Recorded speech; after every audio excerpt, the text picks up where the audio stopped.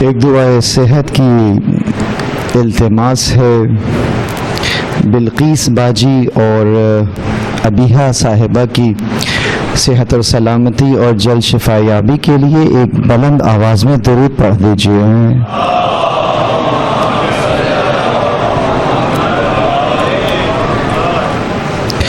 سورہ فاتحہ کی التماس ہے قبلہ مولانا انیس الحسنین رضوی ابن مولانا ابو القاسم فاطمیہ خاتون بنت اصطفیٰ حسن مولانا حیدر حسین رضوی ابن مولانا انیس الحسنین رضوی سیدہ مرضیہ خاتون بنت مولانا مسرور حسین رضوی کاظم حسین ابن ناظم حسین فردوس بانو بنت شجر الحسن کی بلندی درجات کے لیے رحم اللہ من قرأ الفاتحہ۔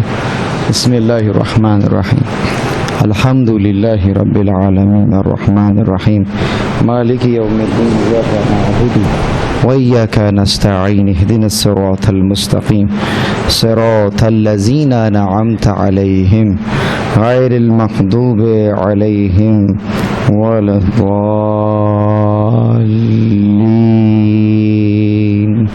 درود بر محمد و آل محمد وآل محمد۔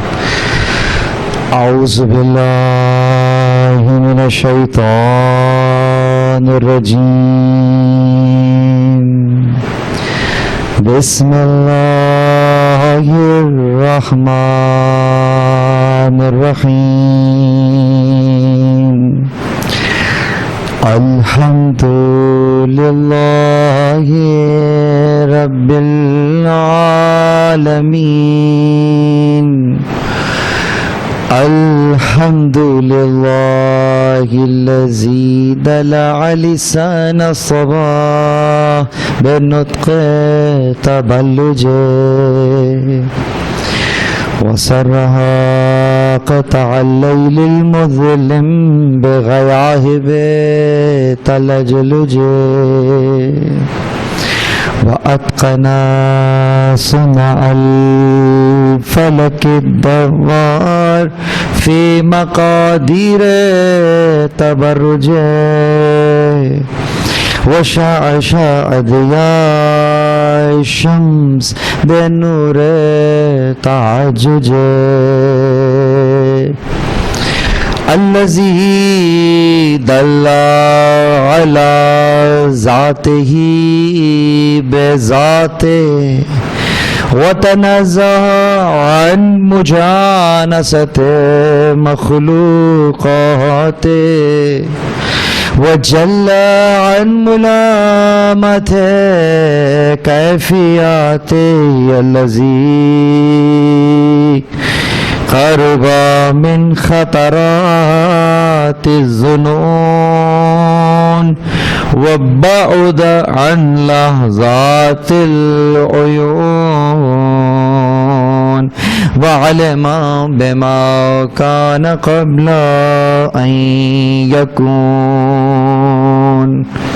ثم الصلاة والسلام وتحية والإكرام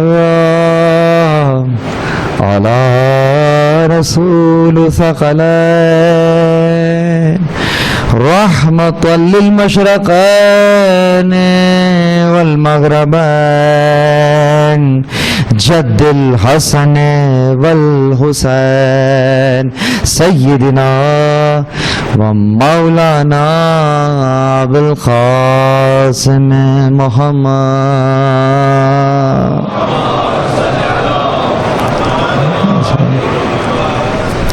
وأهل بيته الطيبين الطاهرين المعصومين المظلومين المنتجرهم تطهيرا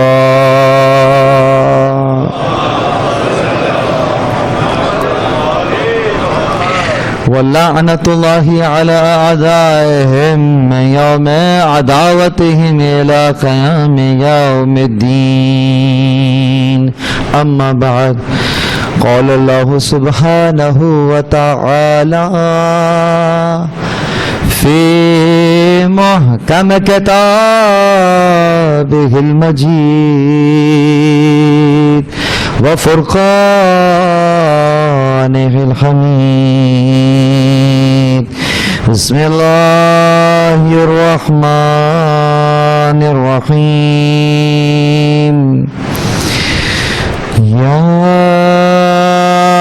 أيها الذين آمنوا إن تنصروا الله ينصركم ويثبت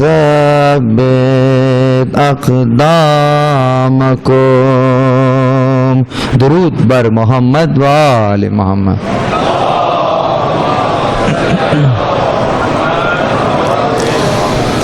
الحمد لله الذي جعلنا من المتمسكين بالقرآن الكريم وبولاية أمير المؤمنين وأئمة المعصومين عليهم السلام. درود بر محمد و آل محمد. اللهم صل على محمد. تمام تر تعریفیں خدائے وحدہ لا شریک کے لیے. درود اور سلام محمد اور اہل بیت محمد علیہ الصلاۃ والسلام کی ذوات مقدسہ پر. حمد ہے اس خدا کی کہ جس نے ہمیں اور آپ کو قرآن کریم، ولایت امیر المومنین اور دیگر ائمہ علیہم السلام کی ولایت و ولایت سے متمسک کیا. پروردگار عالم کا لطف ہے، احسان ہے، توفیق ہے کہ اس نے آپ سب کو یہ ایک موقع عنایت فرمایا کہ اس وقت ہم اور آپ کہیں اور نہیں بلکہ فرش عزا پر موجود ہیں، اور ہر بار کی طرح انشاءاللہ اس فرش عزا سے وہ رزق پا رہے ہیں جو ختم ہونے والا رزق نہیں ہے، باقی رہنے والا رزق ہے. اور وہ رزق جو باقی رہنے والا رزق ہے یہ وہی رزق ہے کہ جس پر نہ فقط یہ کہ آپ کی اور ہماری بقا کا انحصار ہے، بلکہ وہ رزق ہے جس پر آپ کے اور ہمارے کمال کا انحصار ہے. گویا پروردگار عالم جس مقام عالی پر آپ کو اور ہمیں دیکھنا چاہتا ہے، اگر درمیان میں یہ رزق شامل حال نہ ہو جو فرش اعضا سے ہمیں مل رہا، اس مقام عالی تک پہنچنا مشکل ہے.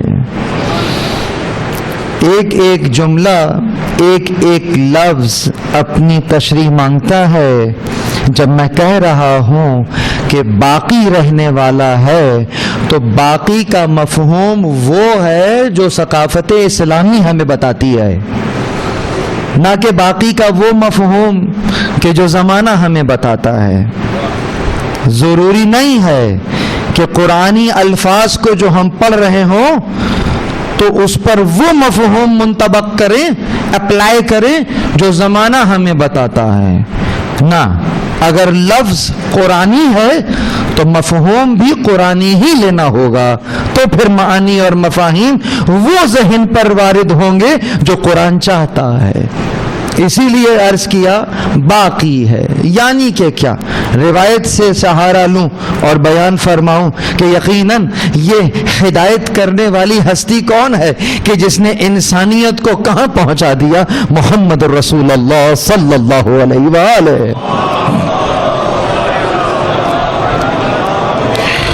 تو جب تربیت فرما رہے تھے نا تو اسی انداز سے تربیت فرمائی. اگرچہ خود بھی تقسیم کر سکتے تھے کوئی شے، لیکن کسی کے ہاتھ سے تقسیم کروانا چاہ رہے تھے. اس کو کہا کہ جاؤ یہ تقسیم کر دو اس کی راہ میں. کچھ عرصے کے بعد پوچھا کہ ہاں وہ کر دیا، تقسیم کر دیا تھا؟ جواب، جی ہاں یا رسول اللہ، وہ تقسیم کر دیا تھا، یہ کچھ باقی ہے۔ وہیں آپ نے ہاتھ رکھا ہے۔ یہ وہ مفہوم تھا جو زمانہ دے رہا ہے باقی کا، اور وہ مفہوم جو رسول اللہ دے رہے ہیں۔ فرمایا نہ، یہ باقی نہیں ہے، باقی تو وہ ہے جو اس کی راہ میں خرچ کر دیا ہے۔ یہ جو بچایا ہے، یہ یہاں بچایا ہے، یہ جہاں اچھا یہاں تک تو روایت تھی، وہ وہیں پہ ختم ہو گئی۔ اب تشریح کر رہا ہوں کہ یہ جو یہاں بچایا ہے وہ کہاں بچایا ہے؟ وہ وہاں بچایا ہے کہ جس نے خود نہیں رہنا ہے تو اس چیز نے کیا رہنا ہے۔ لیکن وہ جو تم نے وہاں بیچ دی ہے وہ خود بھی باقی ہے اور تمہارے اعمال کو بھی باقی رکھتا ہے۔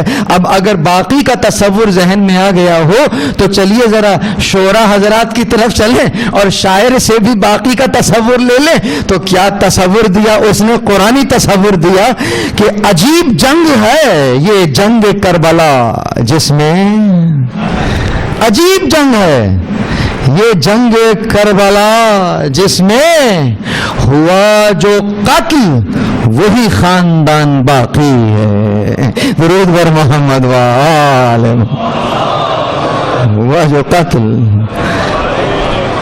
وہی خاندان باقی، اس کو کہتے ہیں باقی۔ اس کے مقابلے پہ کیا ہے؟ فانی، یعنی فنا ہو جانا، ختم ہو جانا۔ تو پس عزیزوں، گویا سمجھ میں آیا کہ جو اس سے جڑ گیا وہ یقیناً اس سے جڑا ہے جو باقی ہے، تو وہ تمہارے اعمال کو بھی باقی رکھتا ہے، تمہارے نام کو بھی باقی رکھتا ہے۔ کتنے لوگ تھے کہ جنہوں نے فرزند زہرا کا ساتھ دیا، اور کتنے تھے جنہوں نے ساتھ نہ دیا، جنہوں نے اپنی جانوں کو بچا لیا اور مدینہ میں آپ کا ساتھ نہ دیا، رہ گئے مدینہ میں۔ کتنے دن زندہ رہے؟ کچھ تو اگلے ہی سال واقع حرہ کی نظر ہو گئے، جان بچا لی تھی، 1 سال زندہ رہ لیے، اور جو واقع حرہ میں بچ گئے کتنا جیے؟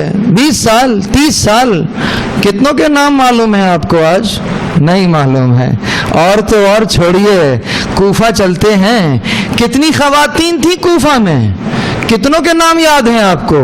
نہیں یاد نا؟ ہاں، مگر طوع کا نام سب جانتے ہیں۔ کیوں؟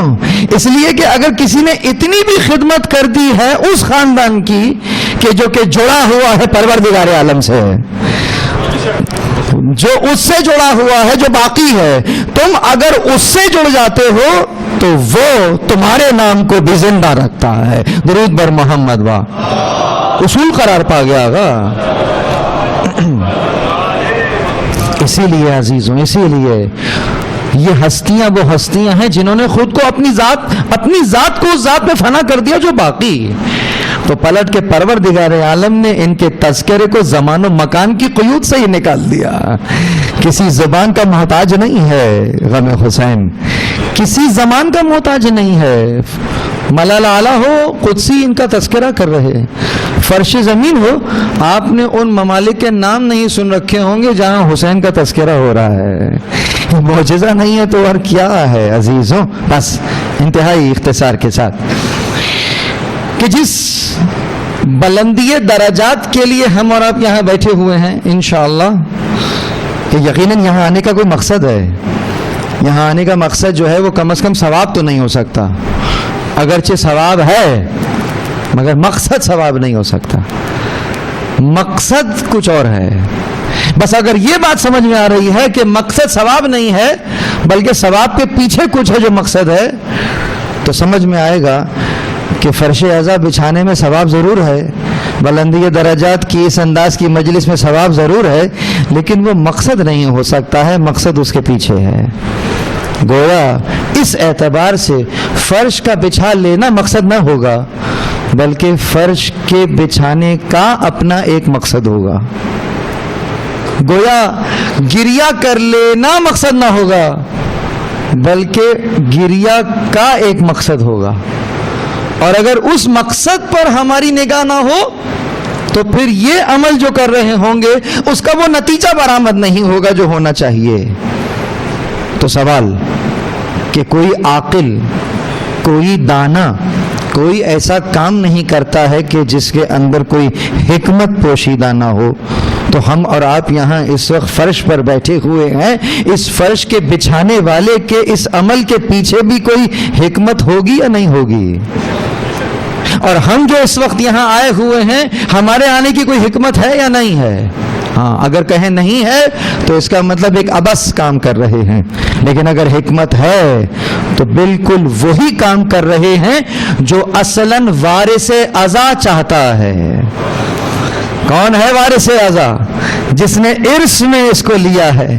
کس نے لیا ہے؟ آپ کے اور ہمارے امام زمان نے.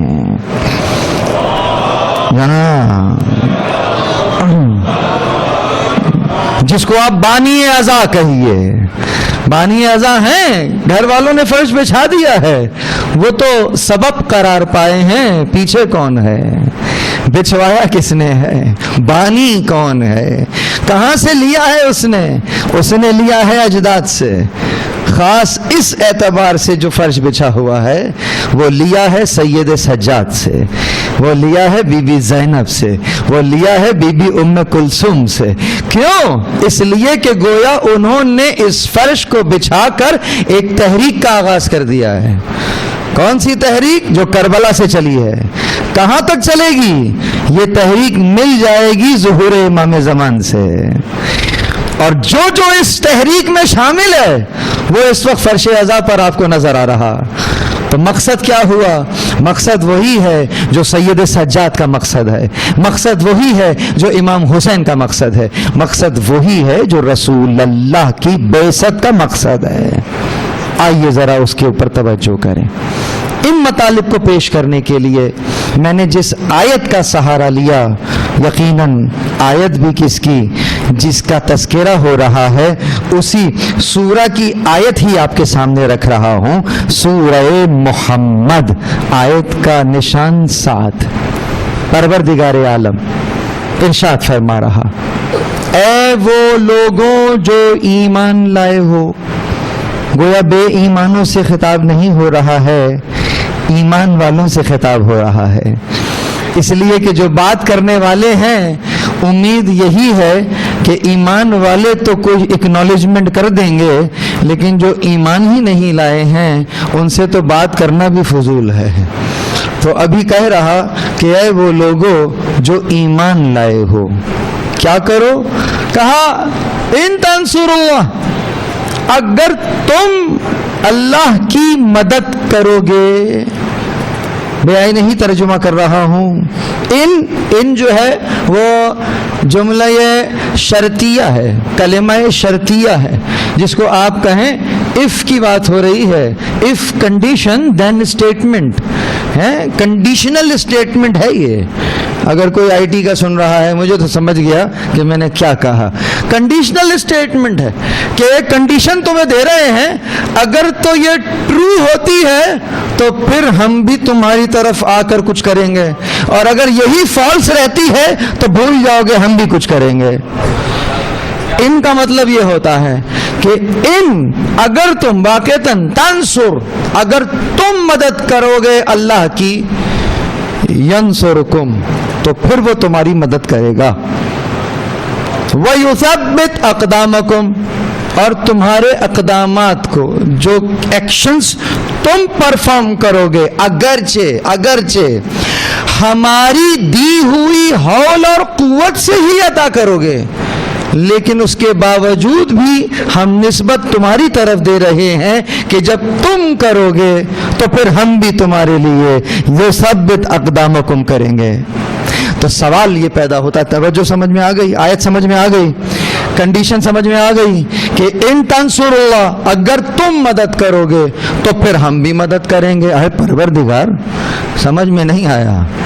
ہم تو نماز میں 5 وقت کی نماز پڑھتے ہیں اور اس میں 2 رکعت میں تو کم از کم کہتا ہی ہیں ایاک نعبد و ایاک نستعین, ہم تو تیری ہی عبادت کرتے ہیں اور تجھی سے مدد چاہتے ہیں. لے ہم تو روز اس سے کہہ رہے ہیں ہم تجھ سے مدد چاہتے ہیں. گویا ایک دن میں 5 بار پڑھی گئی نمازوں میں تم جب اس سے کہتے ہو تجھ سے مدد چاہتے ہیں تو پلٹ کر یہ آیت سامنے آ جاتی ہے کہ تم تو پہلے میری مدد کرو پھر میں پلٹ کے تمہاری مدد کروں گا. تو ہر ایاک نعبد و ایاک نستعین کا جواب یہ والی آیت ہے. ان تنصروا اللہ ینصرکم.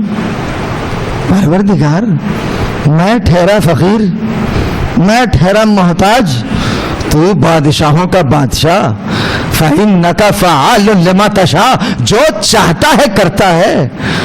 تو قادر مطلق ہے، میں تو نہیں تھا، تو نے چاہا کہ ہو جاؤں تو ہو گیا. میں تو اپنے ہونے میں بھی تیرا محتاج اور اپنے ہو جانے کے بعد اپنا رہنے میں بھی تیرا محتاج. یہاں تک کہ مرنے میں بھی خود کفیل نہیں ہوں، مرنا بھی تیری ہی رزق سے ہوتا ہے. اللہ یتوفی الانفس حین موتها، اللہ ہی تو ہے جو روحوں کو قبض کر لیتا ہے. میں تو اپنے تئیں نہ جی سکتا ہوں نہ مر سکتا ہوں، بھلا میں تیری مدد کیسے کر سکتا ہوں؟ سوال آیا ذہن میں. اور وہ کہہ رہا ہے نا اگر کرو گے تو پھر ہم تمہاری مدد کریں گے، ہمیں بھی کوئی جلدی تو ہے نہیں. تم مدد جب کر لینا تو پھر ہم بھی ریئیکشن کر لیں گے اس کے اگینسٹ میں کہ ہم بھی تمہاری مدد کر دیں گے. تو نہیں ہو سکتا. آپ ان کنڈیشن ہے، کنڈیشنل اسٹیٹمنٹ ہے، بیٹھے رہو. اچھا اب یہاں تک تو ہم بھی غور و فکر میں پڑ گئے کہ بھائی کیسے کریں. یاد رکھیے سورہ بہت اہم سورہ ہے، وقت اتنا نہیں ہے، میں نے شارٹ کر دیا ہے، لیکن یاد رکھیے گا میں نے ایک آیت سامنے رکھی ہے فقط آپ کے، اور اس ایک آیت کو اگر سمجھ گئے، بہت توجہ، میں سارے مناقب نہیں پڑھ رہا، ایک منقبت بیان کر رہا ہوں کہ اگر آج کی اس مجلس عزا سے میں ایک یہ آیت سمجھ کر اٹھ گیا اور گھر جا کر سورہ محمد کی تلاوت کر ڈالی تو منقبت ہمارے پاس روایات میں موجود ہے کہ یہ قاری سورہ محمد جب حشر کے میدان میں اٹھایا جائے گا، جس جگہ نظر کر رہا ہوگا رسول اللہ کی زیارت کر رہا ہوگا. درود بر محمد و آل محمد پر، محمد مصطفیٰ صلی اللہ علیہ وآلہ. جہاں نظر کرے گا وہاں پر زیارت کرے گا. یہ کوئی چھوٹا مسئلہ نہیں، سمجھیے. ہمارے پاس ایک اور روایت موجود ہے اہل جنت سے متعلق کہ اہل جنت میں کچھ لوگ جنت میں ہیں، جنتی ہیں، لیکن درجہ ایسا ہے کہ 70,000 سال قطار میں کھڑے ہوئے انتظار کر رہے ہیں کہ ایک جھلک رسول اللہ کی زیارت کر لیں. اگرچہ جنت میں آئے لیکن درجہ اس قسم کا ہے کہ قطار بنا کر 70,000 سال، خدا معلوم کون سے 70,000 سال ہیں، یہاں کے سال ہیں یا وہاں کے نوری سال ہیں معلوم نہیں ہے، لیکن رسول اللہ کی ایک جھلک دیکھنے کے لیے اس انداز سے انتظار کر رہے ہیں. ایک درجہ یہ میں نے بیان کیا، یہ جنتیوں کا درجہ بیان ہو رہا ہے. یہ کون ہے قاری سورہ محمد؟ ذرا فضیلت دیکھیے کہ ابھی فیصلہ نہیں ہوا ہے، ابھی میزان پر تو بعد میں پہنچیں گے حضرت، ابھی تو فقط عالم قبر سے بیدار ہوئے ہیں، ابھی تو فقط میدان حشر میں موجود ہیں، جہاں نگاہ کر رہے ہیں وہاں رسول اللہ دکھ رہے ہیں. تو آپ کیا سمجھ رہے ہیں کہ یہ فیوز و برکات یوں ہی مل گئے ہیں؟ یقیناً الفاظ کی ادائیگی سے تو یہ فیوز و برکات نہیں ملے ہیں، وہ ثواب ملا ہے. وہ ثواب تھا جو پہلا درجہ تھا، وہ تو اٹریکشن تھی کہ آؤ تو صحیح. اس کے بعد غور و غوص کرو، فہم اور فراست کو بلند کرو اور معانی اور مفاہیم کو اپنے قلب پر اتارو. جب قلب پر سورہ محمد کے معانی اور مفاہیم اتر جائیں گے تو پھر کیفیت وہی ہوگی کہ رسول اللہ کے علاوہ اصلاً تمہیں کچھ نظر ہی نہیں آئے گا. درود بر محمد. ماشاء اللہ. اگر یہ بات پہنچ گئی ہے تو میں نے بیان کی نہیں ہے اب تک اس طریقے سے، لیکن کر رہا ہوں کیونکہ مجھے ایسا محسوس ہو رہا آپ کی سماعتوں پر مجھے اپنے پڑھنے پر اتنا اعتماد نہیں ہے جتنا آپ کے سننے پہ ہو رہا ہے کہ یقیناً جو کہہ رہا ہوں وہ پہنچ رہا. اگر پہنچ رہا ہے تو یاد رکھیے گا یہ دنیا عالم اسفل ہے، پست ہے. الدنیا تو دنیا، لیکن وہ عالم عالم معنی ہے، عالم خالص ہے. یہاں کے معاملات اور ہیں، ادھر کے معاملات اور ہیں. ادھر جو ایکشن کرتے ہو ایکشن تو نظر آ رہا ہے، ادھر ایکٹر نظر آتا ہے کہ جو اس ایکشن کو کر رہا ہے. بسا اوقات وہ چیز نظر نہیں آتی جو اس نے کی ہے. جھوٹے نے جھوٹ بولا ہے، جھوٹا تو نظر آ رہا ہے، جھوٹ نظر نہیں آ رہا ہے. سچا نظر آ رہا ہے، سچ نظر نہیں آ رہا ہے. یعنی فاسق نظر آ رہا ہے، فسق نظر نہیں آ رہا ہے. اب میں روایت کو سامنے رکھوں، صحیح مسلم کے اندر بھی روایت موجود ہے، صحیح میں موجود ہے، اور ہماری کتب میں بھی کچھ روایات آئی ہیں. مثلا اگر کسی نے کسی کو سب کیا، سب مینس ابیوسو ورڈ اس کے لیے استعمال کیا، تو یہاں پہ اس نے کیا کیا ہے؟ ابیوسو ورڈ پرناؤنس کیا ہے نا، ادا کیا ہے نا. ظاہراً تو کچھ نہیں کیا، ایک لفظ تھا ادا کیا اور آواز ہوا میں بکھر گئی. تو یہ جو دکھ رہا ہے وہ کیا دکھ رہا ہے؟ فاسق دکھ رہا ہے. اس کو فسق کہتے ہیں، کسی کو گالی دینا. تو فاسق تو دکھ گیا، لیکن بتاؤ اس کا فسق دکھا کہ نہیں دکھا؟ وہ نہیں دکھا. کیوں؟ عالم پست ہے. ذرا چلو عالم معنی کی طرف. ایک مرتبہ اس دنیا کو ادھر کرو اور عالم برزخ کو سامنے رکھ دو. اب یہاں پر تمہیں وہ فاسق بھی نظر آ رہا اور ساتھ میں اس کا فسق بھی نظر آ رہا، جس کے لیے روایت کہتی ہے کہ عالم قبر میں ایک بچھو تخلیق کر دیا جاتا ہے. ایک فسق کے بدلے ایک بچھو، دوسرے کے بدلے دوسرا بچھو. یہ کیا ہوا؟ یہ تجسیم ہے اس لفظ کی جو تم نے یہاں پر دنیا میں کہی ہے. تو گویا وہ کون سا عالم ہوا؟ عالم معنی، عالم خالص. اتنا خالص ہے کہ فاعل کو بھی دکھا رہا ہے، فعل کو بھی دکھا رہا ہے. بس یہ کیا ہم نے بیان کیا؟ یہ فسق کا بیان کیا. اس کو پلٹ دیجئے 180 ڈگری. تو کہتے ہیں نا تعارف الاشیاء باضدادہا، اشیاء کو ان کی ضد سے پہچان لو. تو اگر فسق کرنے والے کے ساتھ فاسق کے ساتھ فسق بھی موجود ہے تو وہ شخص جو دنیا میں رحمت ہی رحمت کر رہا ہوگا تو اس کے ساتھ اس کی رحمت ساتھ ہوگی یا نہیں ساتھ ہوگی؟ یہ ہے عالم معنی. آپ جو اس وقت یہاں موجود ہیں، آپ کا آنا باعث رحمت ہے. گویا جب ہم وہاں محشور ہو رہے ہوں گے، عالم برزخ میں ہوں گے، ہم بھی موجود ہوں گے اور یہ نیکی جو آپ کر رہے ہیں یہ بھی ساتھ میں ہی موجود. درود بر محمد. واہ، توجہ رکھیے، توجہ رکھیے. اسی لیے آئیے، میرے موضوع میں وہاں جا نہیں پا رہا، روایات پہ روایت آئے جا رہی ہیں. روایت ہدیہ کروں آپ کو. یہ روایت طویل روایت ہے، میں درمیان سے فقط ایک ٹکڑا نکال رہا ہوں جو میرے موضوع سے متعلق ہو رہا. جناب امیر سے روایت ہے، تقریباً 1.25 صفحے کی وہ روایت ہے. اس میں فرماتے ہیں کہ جب مومن عالم برزخ میں بیدار ہوگا، کہاں؟ اب اس میں جو لکھا ہوا ہے قبر میں بیدار ہوگا، تو وہاں قبر سے مراد یہ وادی حسین والی قبر نہیں ہے. وہاں قبر سے مراد عالم قبر ہے. عالم قبر سے مراد عالم برزخ ہے. یعنی کہ جب مومن عالم برزخ کو درک کرے گا، یعنی اس دنیا سے اس عالم میں چلا گیا، تو اب کیا دیکھ رہا ہے؟ کہا اپنے سامنے ایک جسم مثالی کو دیکھتا ہوگا. جسم ہوگا گویا، وہ نہیں ہوگا لیکن کوئی ہوگا اور بہت نورانی ہوگا اور اس کے آگے آگے چلتا ہوگا. کوئی پریشانی آئے، کوئی مصیبت آئے، اس سے پہلے کہ یہ اس شخص تک پہنچے وہ جسم اسے ہٹا دے گا، برطرف کر دے گا، اور اس طریقے سے اس کو لے کے جا کے جاتے جاتے اپنی منزل تک پہنچائے گا کہ اے بندہ خدا، اب یہاں پر تو ایک وقت معلوم تک آرام فرما لے.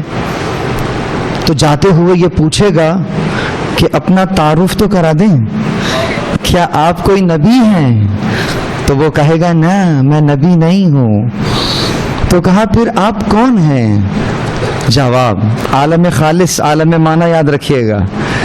کہا میں، یاد کرو کل دنیا میں تمہارے پاس تمہارا ایک مومن بھائی اپنا کام لے کر آیا تھا جو کوئی کر نہیں رہا تھا، تم نے اس کی اس مشکل کو برطرف کر دیا تھا. اب سمجھیے میں کون ہوں؟ میں اس مومن کے دل میں پیدا ہوئی خوشی ہوں. سمجھ رہے ہیں بات کو؟ مرنے کے بعد دعائیں کرنا اور ہے اور زندگی میں اپنے لیے کام کرنا اور ہے. کہ زندگی میں تم نے کسی مومن کا کوئی کام کر دیا تھا جو پھنسا ہوا تھا, کوئی کر نہیں رہا تھا, جب وہ کر دیا تو میں اس کے دل میں پیدا ہوئی خوشی ہوں. وہ خوشی کل تمہیں نظر نہیں آ رہی تھی, آج یہاں نظر آ رہی ہے. کل تم نے اس کی مشکل کو برطرف کیا تھا, آج میں تمہاری مشکل کو برطرف کر رہی ہوں. اب ایک جملہ کہوں گا اور آپ کا ایمان کہاں عرش پر پہنچ جائے گا. فقط سننے والوں کے لیے کان نہیں, سماعت چاہیے. مجھے بتلاؤ, روایت کے جملے تو یہ تھے جو بیان ہو رہے کہ تم نے ایک مومن کو خوش کیا تھا, اس کے دل کی خوشی تمہیں برزخ میں کیا بن کر نظر آئی ہے؟ بس اب مجھے ایک سوال کا جواب دے دو کہ اگر تم امیر المومنین کو خوش کر دو تو ان کے دل میں پیدا ہوئی خوشی کس انداز سے نظر آئے گی؟ درود بر محمد وآل محمد. عزیزو, ہے تصور کوئی تصور ہے؟ کون کہہ رہا ہے کہ ائمہ نے برزخ کا ذمہ نہیں لیا؟ ذرا اس انداز سے تو دیکھو, یہ برزخ کا ذمہ نہیں تو اور کیا ہے. اتنا آسان ہے کہ اگر مومن کو بھی خوش کر دیتے ہو تو وہ تمہارے برزخ کو نکلوا دیتا ہے. اگر تم ہمیں خوش کر رہے ہو, ہمیں مطمئن کر رہے ہو, تو پھر برزخ میں ہم تمہارے ساتھ کیا کریں گے تمہارے ادراک میں نہیں ہے. بس عزیزو واپس آئیے. تو میں نے سورہ محمد کی آیت آپ کے سامنے تلاوت کی اور آیت کا نشان ہے 7. یہ خود ایک موضوع ہے. 7 کے فضائل 7, یعنی پروردگار عالیہ اس لفظ کے اندر, اس عدد کے اندر بھی جو عرفاء ہیں وہ کچھ بیان کرتے ہیں. آسمان بھی 7 ہی ہے نا, اور ایک روایت میں زمینیں بھی 7 ہی ہیں. یہ کعبے کے گرد چکر کتنے لگاتے ہیں؟ اچھا وہ بھی 7 ہی لگا رہے ہیں. اچھا, اور صفا مروہ کے درمیان میں, اچھا وہ بھی 7 ہی ہو رہا. سمجھ میں آ رہی ہے کچھ بات؟ سورہ فاتحہ آیات کتنی ہیں؟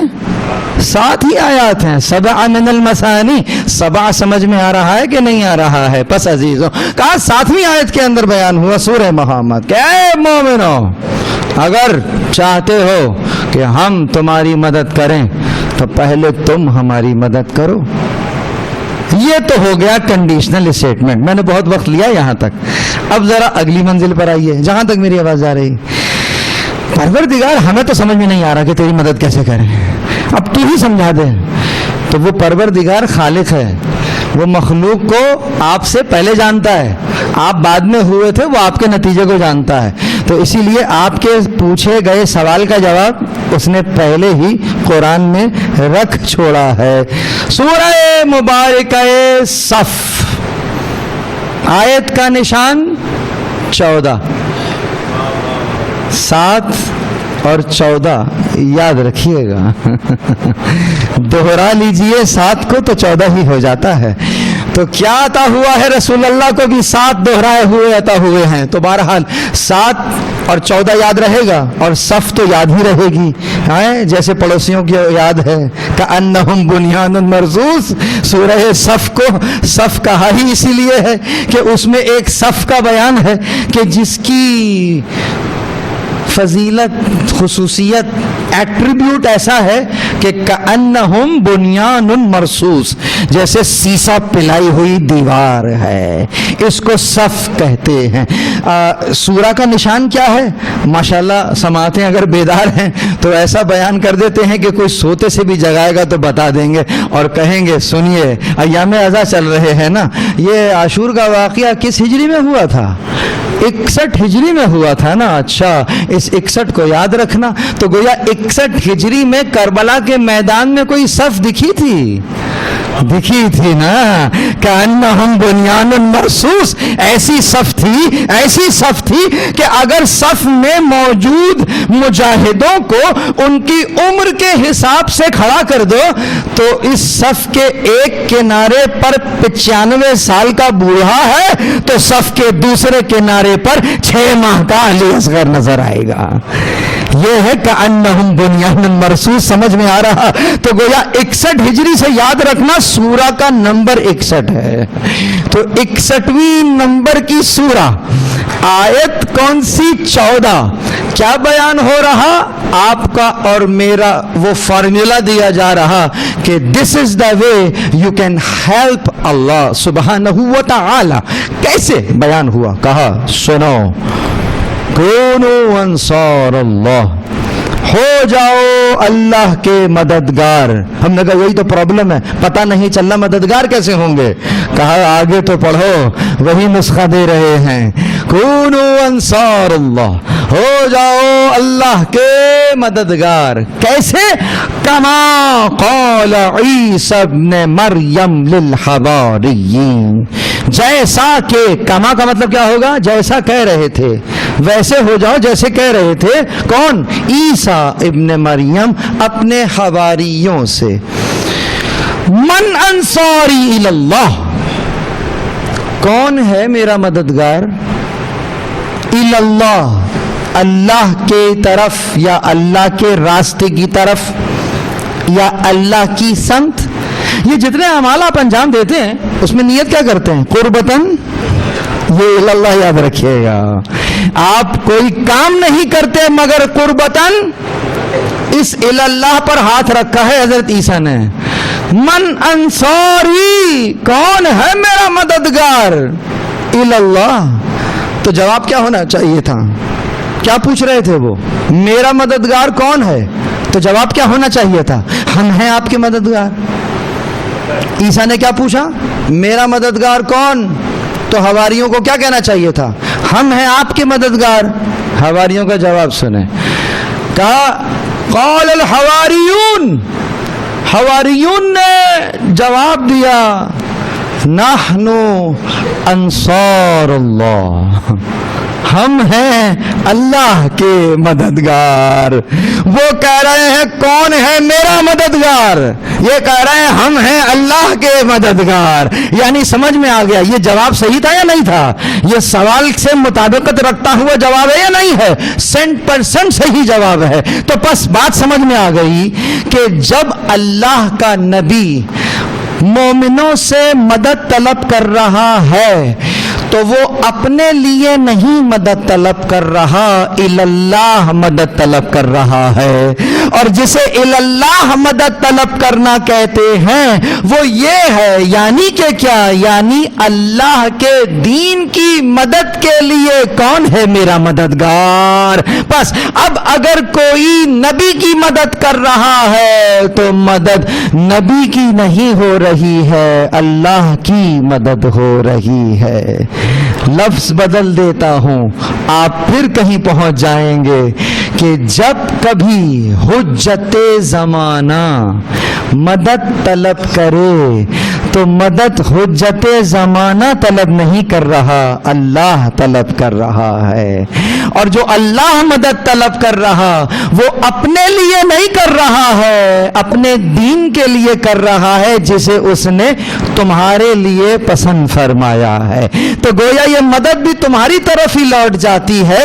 کیا احکامات ہم نازل کریں گے لیکن امپلیمنٹ تم نے کرنا ہے. بس اگر تم چاہتے ہو خود اپنی مدد کرنا، پہلے میرے دین کو نافذ کرو، تمہاری مدد تو اپنے آپ ہی ہو جائے گی. درود بر محمد. واہ، یہ والی چیز سمجھ میں آئی.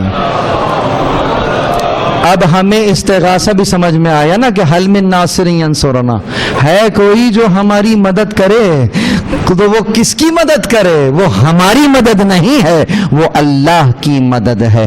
گویا لبیک یا رسول اللہ کہنا اصلاً خدا کو لبیک کہنا ہے، گویا لبیک یا حسین کہنا اصلاً اللہ کو لبیک کہنا ہے۔ کوئی شرک کا فتویٰ نہ لگا دے، کوئی غیر اللہ کی مدد کی بات نہ کر لے۔ اگر کوئی ان کی مدد کر رہا ہے یا ان سے مدد طلب کر رہا ہے تو وہ ان کی مدد نہیں اللہ کی مدد ہو رہی ہے، اور جب ان سے مدد مل رہی ہے ان سے نہیں مل رہی ہے، اللہ ہی سے مل رہی ہے، سبب یہ قرار پا رہے ہیں۔ درود بر محمد وآل۔ ہاں یہ بھی مسئلہ ہے۔ آج ہمارے جوانوں سے اکثر سوال کر لیا جاتا ہے غیر اللہ سے مدد مانگ لینا، اللہ اکبر، یعنی کہ غیر اللہ سے مدد نہ مانگ لینا شرک ہو جاتا ہے۔ کیوں؟ کہا ایاک نعبد و ایاک نستعین، تیری عبادت کرتے ہیں تجھ سے ہی مدد مانگتے ہیں۔ اچھا تو میاں پورا قرآن پڑھو، ایک جگہ سے تو مطلب نہ لو نا، دوسری ہی آیت اسی کلمے کو، اسی استمداد کو، اسی استعانت کو اس نے یوں بیان کر دیا واستعینوا بالصبر والصلاۃ۔ مقدمہ کیا تھا؟ غیر اللہ سے مدد نہیں لینا۔ آیت کیا ہے؟ واستعینوا بالصبر والصلاۃ، صبر اور صلاۃ سے مدد طلب کرو۔ آرڈر ہے، ڈائریکٹ آرڈر ہے، آپشن نہیں ہے، مشورہ نہیں ہے، ڈائریکٹ آرڈر ہے۔ واستعینوا، مانگو، طلب کرو، مدد طلب کرو۔ کس سے؟ صبر سے اور نماز سے۔ سوال کروں، کیا نماز اللہ ہے؟ کیا روزہ اللہ ہے؟ یا اللہ کے لیے ہے؟ اللہ نہیں ہے، اللہ کے لیے ہے۔ تو سمجھ میں آ رہا ہے، اللہ نہیں ہے، مدد طلب کرو۔ تو وہ مقدمہ تو پہلے ہی فارغ ہو گیا کہ غیر اللہ سے مدد طلب نہ کرو۔ نماز اللہ نہیں ہے، قرآن کہہ رہا مدد طلب کرو۔ اب سمجھ میں آیا، چلو ٹھیک ہے اللہ نہیں ہے لیکن اللہ کے لیے ہے نا، اسی کو تو وسیلہ کہتے ہیں جو اس کے لیے ہوتا ہے۔ وہ یوں ہی کہہ رہا وابتغوا الیہ الوسیلہ، اس کی راہ میں وسیلہ تلاش کرو، نہ کہ وجعلوا الیہ الوسیلہ، کہ اس کی راہ میں وسیلہ قرار دے دو، بنا لو۔ تم نہیں بناؤ گے، بنانے والے ہم ہیں، تم نے تلاش کرنا ہے۔ درود بر محمد وآل محمد۔ وابتغوا، وسیلہ تم نہیں بناؤ گے، وسیلہ تو ہم نے بنا دیا ہے، تم نے تلاش کرنا۔ ایک وسیلہ بتا دیتے ہیں، واستعینوا بالصبر والصلاۃ، تو صبر اور صلاۃ وسیلہ قرار پایا استمداد کے لیے، استعانت کے لیے۔ پروردگار میری مدد فرما دے، اس کے ذریعے سے مدد کر رہا ہوں۔ اب آ جاؤ اسی ذریعے کے اندر، کیا ہے ذریعہ؟ نماز۔ سمجھ میں آئی؟ امام شافعی کا قول یاد ہے؟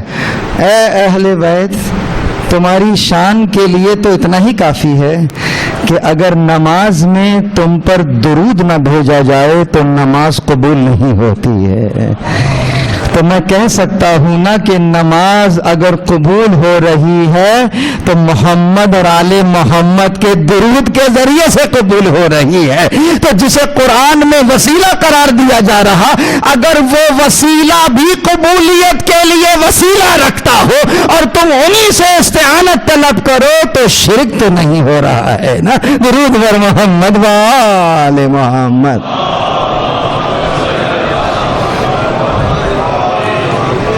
تو کہا ینصر اللہ، ہاں اب تم ہمارے دین کی مدد کر رہے ہو، ہم بھی تمہاری مدد کریں گے، اور گھبراؤ نہیں، بس ہمیں تو انتظار تھا تمہارے پہلے قدم کا۔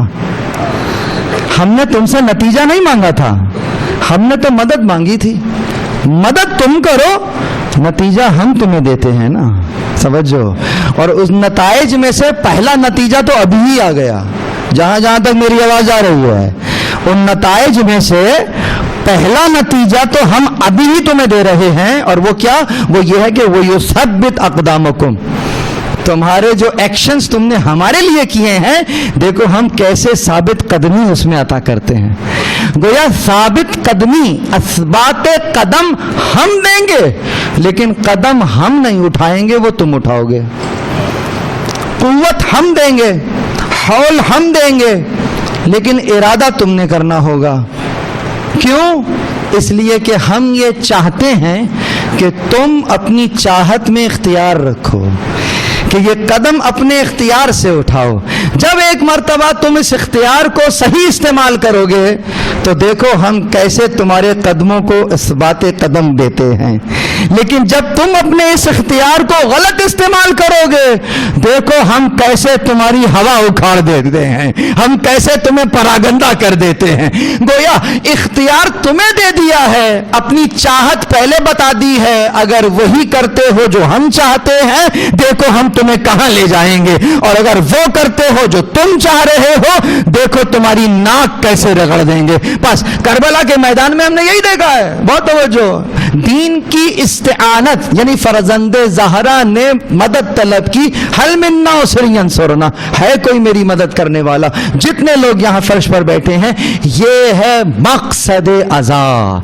اس فرش پر بیٹھے ہیں کیوں؟ یہ حل من ناصر کا جواب ہے کہ لبیک یا حسین، ہم موجود ہیں یا حسین.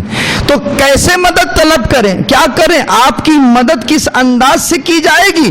تو پھر امام حسین علیہ السلام کا جملہ آپ کی سماعتوں کی نظر کر رہا ہوں کہ گویا فرزند زہرا ہم سب سے مخاطب ہیں اور کہہ رہے ہیں الا ترون ان الحق لا يعمل به وان الباطل لا يتناهي عنه.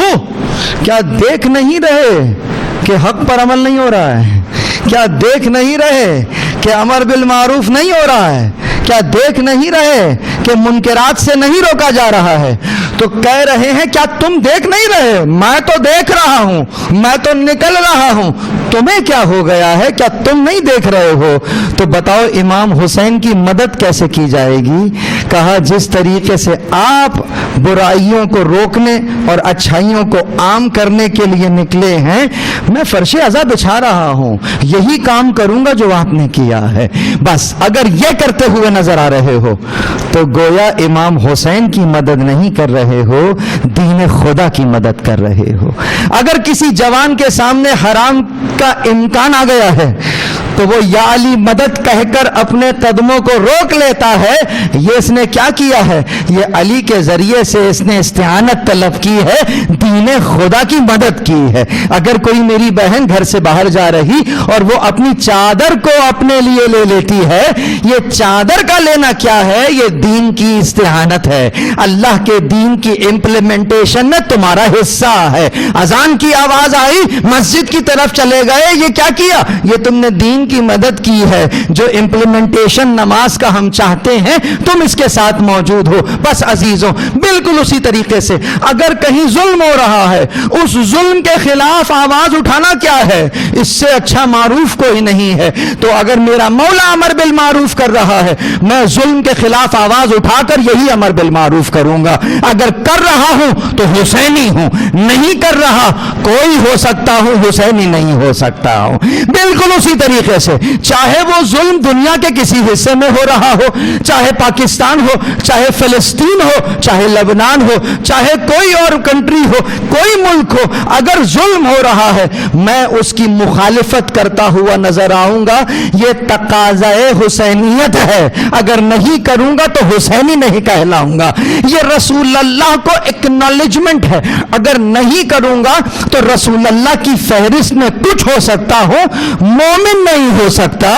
کہ مومن کا مطلب تو وہی ہوتا ہے جو دین کے لیے سامنے آتا ہے، جو مدد کرتا ہے. بس اب جتنے بھی اسلامی ممالک ہیں دیکھ لیں کہ ایمان کی حالت میں کتنے ہیں اور بے ایمانی کی حالت میں کتنے ہیں. کہ اگر تم مظلوموں کے لیے آواز بلند ہو رہی ہے سمجھ جانا ایمان باقی ہے.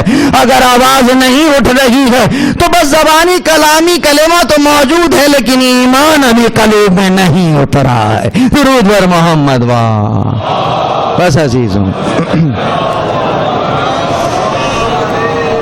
یہ ہے دین کی نصرت، یہ ہے دین پر عمل. ہمیں کربلا والوں نے یہ کر کر دکھایا کہ کیا بچہ، کیا بوڑھا، کیا عورت، کیا مرد ایسے مر مٹنے کے لیے آمادہ ہیں دین پر کہ جسے کہتے ہیں کہ اپنے امام زمان کے ایک پیج پر ہیں. یہاں رشتے داریاں نہیں نبھائی جا رہی ہیں کہ چونکہ باپ ہیں تو میں آپ کے ساتھ ہوں نا. سمجھیے کون ہے ساتھ؟ حجت زمان ساتھ ہیں. کون ہے ساتھ؟ امام حسین ساتھ ہیں. پنجتن کے آخری ہیں جو ساتھ ہیں. وہی ہے جو نواسہ رسول ہے, وہی ہے جو راکب دوش پیغمبر ہے, وہی ہے جو دین کے نمائندے ہیں, جو نکل رہے ہیں امر بالمعروف کے لیے. تو شہزادہ کہتا ہے بابا کیا ہم حق پر نہیں ہیں؟ بلا کیوں نہیں بیٹا؟ کہا بابا فرق نہیں پڑتا کہ ہم موت پر جا پڑیں یا موت ہم پر آ پڑے.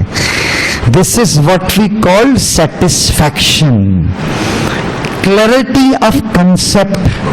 یہ بہت ضروری ہے. کلیئرٹی آف کنسپٹ یعنی جیسے ہی حالات کیوں نہ ہو جائیں, کیا حق پر نہیں ہیں, بس یہ پیرامیٹر ہونا چاہیے, حق پر ہونا چاہیے. پھر فرق نہیں پڑتا کہ ہم پر بم گر جائے یا ہم بم گرا دیں. اگر حق پر ہو تو فرق نہیں پڑتا. ہاں اگر حق پر نہیں ہو تو پھر بہت فرق پڑتا ہے کہ کس عالم میں جان دے رہے ہو. یہی چیز ہمیں نظر آ رہی ہے کربلا کے ہر کردار کے اندر. بس جس کے لیے ہم جمع ہوئے ہیں نا خاص مصائب سننے کے لیے. سن تو بہت کم ہے, 4 سال کا سن ہے, اللہ اکبر, لیکن سخاوت کو دیکھو, جس کو عطا کرنا کہتے ہیں اسے دیکھو. تو شاعر نے ان پورے واقعات کو بند کر دیا 2 مصروں کے اندر کہ 72 سر جلے خیمے, ردائیں تشنگی قیدیں, مگر دی کی بقا کو چاہیے 2 بالیاں پھر بھی. جو کام 72 سر دے کر ہو رہا, جو کام خیموں کو جلا کر ہو رہا, جو کام ردائیں دے کر ہو رہا, اللہ اکبر, جو کام اسیر ہو کے ہو رہا, آؤ وہی کام 2 بالیوں میں بھی دیکھ لو. اگرچہ کم سن ضرور ہے لیکن خدیجہ کی ماں نے اپنے مال سے دین کا دفاع کر رہی ہے. لیکن عزیزو اب جو جملہ کہہ رہا ہوں نا اسے محسوس کرنا, محسوس یوں کرنا کہ جانتے ہیں وہ لوگ کہ جو تلوار چلاتے ہیں نا, جو اس انداز سے شمشیر زنی کرتے ہیں, ان کے ہاتھ اور لوگوں کے ہاتھوں سے ذرا سخت ہوا کرتے ہیں نا. اب ذرا شمر کے تماچے پر غور کرنا کہ ہاتھ وہ ہے جو شمر کا ہاتھ ہے, ایک شمشیر زن کا ہاتھ ہے, اور جو سامنے بچی ہے وہ 4 سال کی بچی ہے. ارے نرم و نازک رخسار ہے, ادھر سے تماچا چلا, ادھر سے کانوں سے گوہر. میں کہوں گا گوہر چھیننے کی تو نوبت ہی نہیں آئی ہوگی, ادھر سے تماچا چلا ہوگا, گوہر اپنے آپ ہی اتر گئے. یہ ہے سکینہ. مجھے بتاؤ زبان پر عباس آیا ہوگا, زبان پر بابا آیا ہوگا یا نہیں آیا ہوگا؟ مجھے بس اتنا بتلاؤ, جب بچی کو تماچا لگا ہوگا, ارے ماں کا کلیجہ تڑپا ہوگا یا نہیں تڑپا ہوگا؟ جب پلٹ کر سے بی بی زینب کی طرف ماں نے دیکھا ہوگا تو بی بی زینب کا کلیجہ منہ کو آیا ہوگا یا نہیں آیا ہوگا؟ بس عزیزو کس انداز سے امتحان دے رہی ہیں یہ نبی کے گھر آنے والے, لیکن دین کی مدد دیکھیے کہ اسی اسنا میں دامن میں ہے آگ لگی ہوئی, پیچھے ہے حمید ابن مسلم جو کہ دامن بجھانا چاہتا. یہ بچی بھاگ رہی ہے, گھبرا کر زمین پر گری ہوئی. اٹھانے والی کون ہے؟ زینب کبریٰ. عزیزوں سمجھ میں آیا, تماچا لگ چکا ہے, خیموں میں آگ دیکھ چکی ہے, دامن میں آگ لگ چکی ہے, چادریں چھینی جا چکی ہے. اب جب غشی سے بیدار ہو رہی تو یہ نہیں کہہ رہی کہ مجھے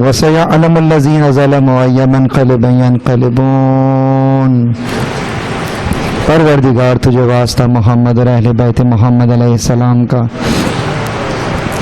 امام زمان کو اذن ظہور عنایت فرما، فرش عزا پر بیٹھے مومنین مومنات کے گناہان کبیرہ و صغیرہ کو معاف فرما۔ پروردگار شہدائے ملت اسلامیہ کے درجات عالی ہیں متعالی فرما۔ پروردگار جہاں جہاں بھی مسلمان کفر کے ساتھ نبرد آزما ہیں وہاں ان کی مدد اور نصرت فرما۔ پروردگار تجھے واسطہ محمد اور اہل بیت محمد علیہ السلام کا، جہاں جہاں بھی مسلمان کفر کے ساتھ نبرد آزما ہیں وہاں ان کی مدد اور نصرت فرما۔ فلسطین کے نہتے مسلمانوں کی مدد اور نصرت فرما۔ پروردگار عالم اسلام کے خلاف ہونے والی سازشوں کو ناکام فرما۔ پروردگار تجھے واسطہ محمد اور اہل بیت محمد علیہ السلام کا، جن مرحومین کے اسما کی میں نے مجلس کے شروع میں تلاوت کی، پروردگار ان تمام مرحومین کو اعلیٰ علیین میں جگہ عنایت فرما۔ پروردگار تجھے واسطہ محمد اور اہل بیت محمد علیہ السلام کا، مرحومین کے لواحقین کو صبر جمیل عنایت فرما، اس صبر کے نتیجے میں اجر عظیم عنایت فرما۔ پروردگار ہمارے اعمال کے ذریعے سے حضرت حجت کو کے دل کو شاد اور خوشنود فرما، حضرت حجت کو اذن ظہور عنایت فرما، ہمیں ان کے اعوان و انصار میں سے قرار دے۔